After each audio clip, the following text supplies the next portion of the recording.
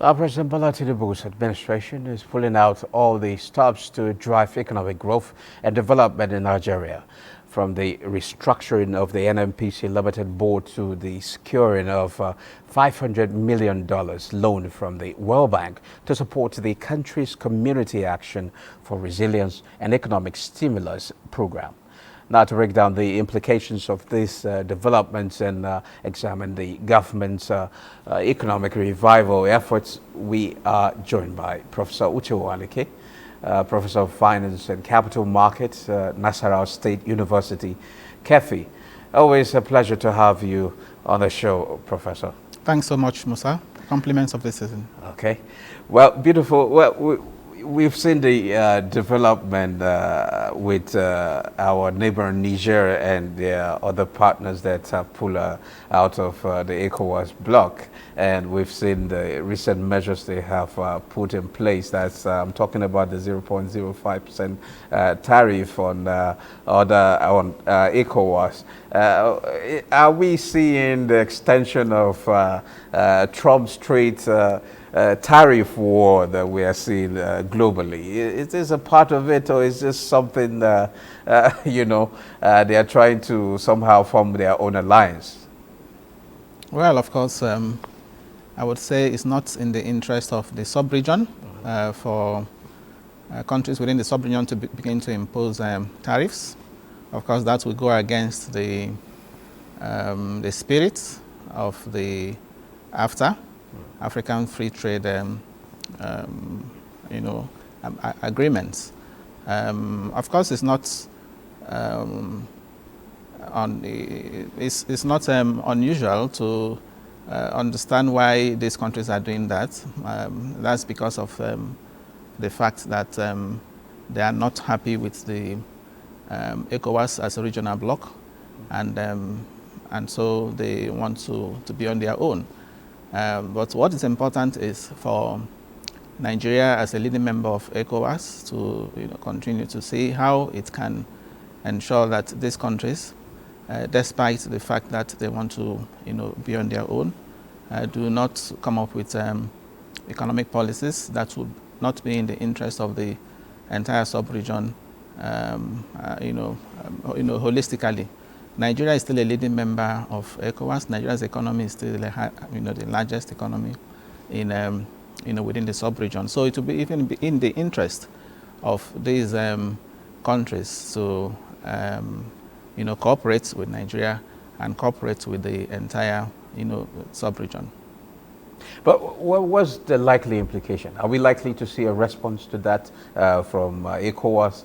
And what does this do to the African Continental Free Trade Agreement? Yes, that's why I said it's actually not in the interest, and it wouldn't be nice for Nigeria and the other member countries to try to retaliate, because it will go against the whole idea behind the free movement of persons, free movement of trade. So I think it's still something that dialogue will do. Nigeria should continue to see how it can bring back these three countries, even if not as members of ECOWAS, but to ensure that they continue to have some sort of economic ties, all in the interest of the entire sub-region. Okay, we've seen another development. The president have decided to shake up the NNPC board and replace it with a new board and a new CEO. What do you make of this development? What should be our expectation towards the new board members that are coming on board? Yeah, for me, it's a welcome development. I would start by saying congratulations to the new team, and even to the outgoing team or to the former team, led by Mele Kyari.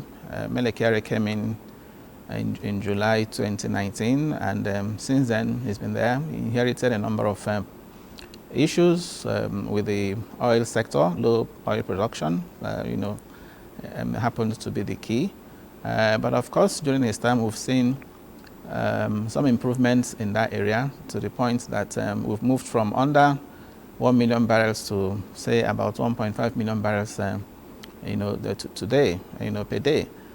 We've also seen efforts at revitalizing, some of the refineries, and also dealing with the issues of oil theft and pipeline vandalism. We've also seen efforts in the area of transparency, publishing financials of NNPC, which wasn't the case before now.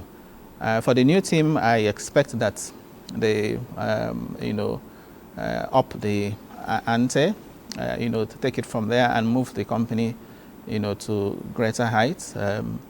The NAITI reports, recent reports, have commended the efforts at ensuring transparency and removing the opacity around the NNPC. So that is also what I expect this new team to continue to do. Just as you read out, the president has given them the mandate to conduct a strategic review of all the portfolio, assets that NNPC has. So that is what I expect to see in the coming, days and weeks and months. There is need to engage an independent auditor, external auditor, to, of course, audit the affairs of NNPC. We need to know a whole lot about NNPC, including how much is being produced in terms of oil production, and also how much is being consumed. I am not too sure anybody in this country knows how much oil, in terms of millions of liters, that we are consuming here in Nigeria. So in terms of transparency, we need to see more of that. And I'm happy that for me it's a case of round pegs and round holes. So if you look at the profiles of those that have been appointed, starting from the chairman, Musa Kida, and even the group MD, CEO, that's Bayo Ojulari, and the others, the entire 11-man board, you find something that is very common. They all have very rich experience in the oil and gas industry, and I think that will be positive for the company, and that will be positive for the economy going forward. Okay, there's this development about OPEC reducing somehow crude oil production, which has somehow contributed to a kind of a major blow to the country's aspiration in achieving 2.06 million barrels per day. We are talking about 50,000 barrels per day being cut by OPEC, and with the budget we have on ground, which is somehow projecting this, we're talking about 2.06 million barrels per day. How do we go about addressing such unforeseen, should I say, circumstances or problem? But you also know that oil revenue is not just a function of production. Okay. Oil revenue is also a function of the price, the oil price. And as you know, international crude oil price has been going down in recent time. It's been gone below the $75 per barrel we are using for the 2025 budget. So if OPEC is reducing production cuts, it's all in a bid to maintain, sustain the oil price. Yes, I think that's the major reason. And if you check the case of Nigeria, even the quota that we have not been able to meet up. The president has just given a marching order to the new team, asking them to ensure that Nigeria is able to do 2 million barrels per day by 2027 and 3 million barrels by 2030. How feasible is that? Yes, that's the point I'm making. So it will only be feasible if the new team, of course, works to ensure that we'll have more investments, in the oil sector. And when you have more investment, of course, you will have you'll be able to ramp up production, including dealing, continuously dealing with this issue of pipeline vandalism and oil theft. I think it's feasible. I think Nigeria should be able to meet that. So on the issue of oil production, cuts, as I said earlier on, we are not even meeting the quota. So I don't think it's an issue. 50,000 barrels, production cut is not an issue. Again, remember too, it's not affecting condensates. Condensates to 50,000, but that is not affected. So let us even meet the OPEC quota, okay, before we worry about the issue of production cut, which I believe has been done in the overall interest of the oil industry, and as I said earlier on, to ensure that prices don't really fall. Okay. Now, Nigeria has just been secured a significant loan from the World Bank to support this economic stimulus program. We are talking about amounts, of around $500 million loan. How much do you think this can actually address Nigeria's economic challenges at this point in time? Well, that's $500 million. They say it's in connection with economic stimulus, yes. and primarily to be distributed to the vulnerable groups and small enterprises to enable them deal with the issues arising from the reforms. Issues to do with particularly to do with inflation. Well, I think that anything from the World Bank ordinarily should be welcome because World Bank loans are usually concessional. They come at very low interest rates compared to loans from say the international capital markets. Eurobonds, of course, we know are expensive, even compared to bilateral loans that we have. So multilateral loans are usually cheaper, and if we are getting loans from the World Bank, ordinarily we shouldn't worry about that. But if you look at the, I read, I think today in one of the newspapers, the headline that the government has borrowed over 12 trillion naira, from the World Bank in the last 20 months. Okay, why are people, concerned? The concern is stemming from the fact that much of those loans, do not, actually, in terms of transparency and accountability, even when they're coming from the World Bank, we can't really measure the impact. So that is why you find the concern. So I think this one that is coming, the government should ensure that, particularly in terms of monitoring the impact that is done, the transparency issues are sorted out.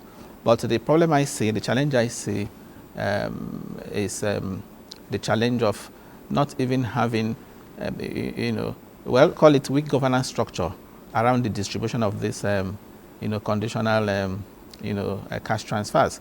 So I think that is what the government should take a second look at. The government should not be welcoming, loans that are meant to just be distributed, because there is always this issue of sustainability, the sustainability concern. You give somebody loans, today, you try to solve his problem today. What about the future? So the best way to handle these loans, in my view, is to channel them to areas that can be used to, put in the things that will really bring down inflation. If you're channeling loans, for example, to areas like maybe production of drugs, for example, or you're channeling them to education, ensure that people have access to education. Okay, so these things will help to reduce people's out-of-pocket expenses. All right, as opposed to just distributing cash, because that is, as I said earlier on, prone to corruption, prone to abuse. So the government should not be welcoming such loans. I read recently the World Bank, urging Nigeria to take such loans and distribute. But such loans, as I said, when they come, they should be applied to more productive, uses. Okay. Thank you very much, Professor Uche Uwaleke. It's a pleasure having you on the program. Thank you too for inviting me.